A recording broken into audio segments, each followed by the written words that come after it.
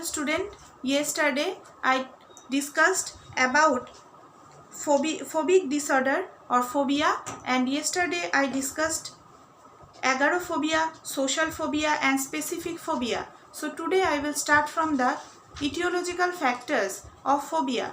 So in etiological factors, first come to the psychodynamic theory of phobia.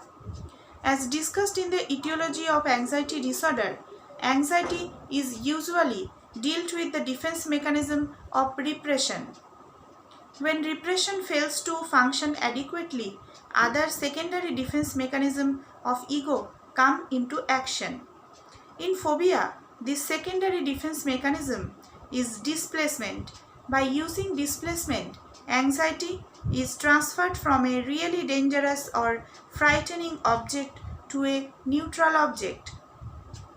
These two objects are often connected by symbolic associations.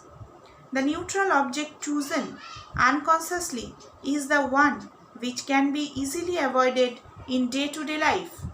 In contrast to the frightening object, frightening to the patient only due to audible genital derives. In agoraphobia, loss of parents in childhood and separation anxiety have been theorized to contribute to possession. From a psychological perspective, the traumatic experiences of childhood may affect the child's developing brain in such a manner that the child becomes susceptible to anxiety and fear in childhood and later life. Next, coming to the behavioral theory of phobia. The behavioral theories explain phobia as a conditioned reflex. Initially, the anxiety provoked by a naturally frightening or dangerous objects occur in contiguity with a second neutral object. If this happens often enough, the neutral object becomes a conditioned stimulus for causing anxiety. In the year 1920, John Watson experimentally produced phobia in an 11-month-old boy who came to know as Little Albert. Using classical conditioning, he paired wild objects to a loud noise. Little Albert gradually developed a fear of all white objects. Of course, it would be completely unethical to replicate this experiment in the present day. Although the behavioral theory does not explain all the features of phobic disorder adequately, it is very helpful in planning systematic treatment. Next, coming to the biological theory of phobia. All phobias, especially agoraphobia, are closely linked to panic disorder.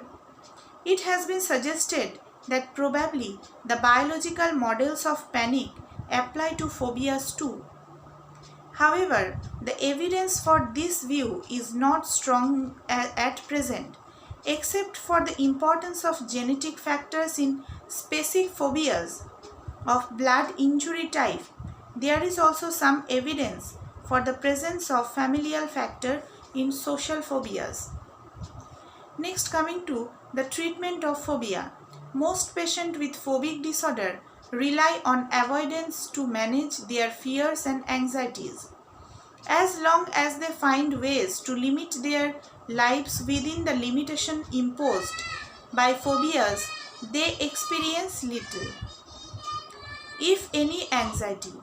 When they are forced to face the phobic situation, anxiety mounts and they then seek treatment. The patient with more than one phobia and presence of panic symptom often seek treatment earlier. The treatment approach is usually multimodal. First one is psychotherapy. Previously in other disease condition also I told about psychotherapy. So first one is the psychotherapy. Here supportive psychotherapy is a helpful adjunct to behavior therapy and drug treatment.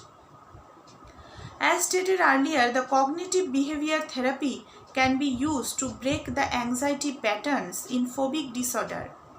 It is usual to combine CBT or cognitive behavior therapy with behavioral techniques. Next, coming to the behavioral therapy. If properly planned, this mode of treatment is usually successful. The behavioral therapies are flooding, systematic desensitization, exposure and response prevention, relaxation technique. Next, coming to the drug treatment. The drug treatment used in phobia are benzodiazepines. Alprazolam is stated to have anti-phobic, anti-panic and anti-anxiety properties. So it is the drug of choice when benzodiazepines are used. However, long-term double-blind randomized control trial are needed. This is a research type. Okay. These other drugs used include clonazepam and diazepam. However, long-term use of benzodiazepine is fraught with the dangers of tolerance and dependence. Among the antidepressant, SSRI are currently drug of choice, with paroxetine being the most widely used drugs. Other antidepressants, for example imipramine and phenelgine, are also helpful in treating the panic attack associated with phobias, thereby decreasing the distress. So here I am completing the etiological factors of phobia. So please follow my next class for the next topic, obsessive compulsive disorder. Thank you.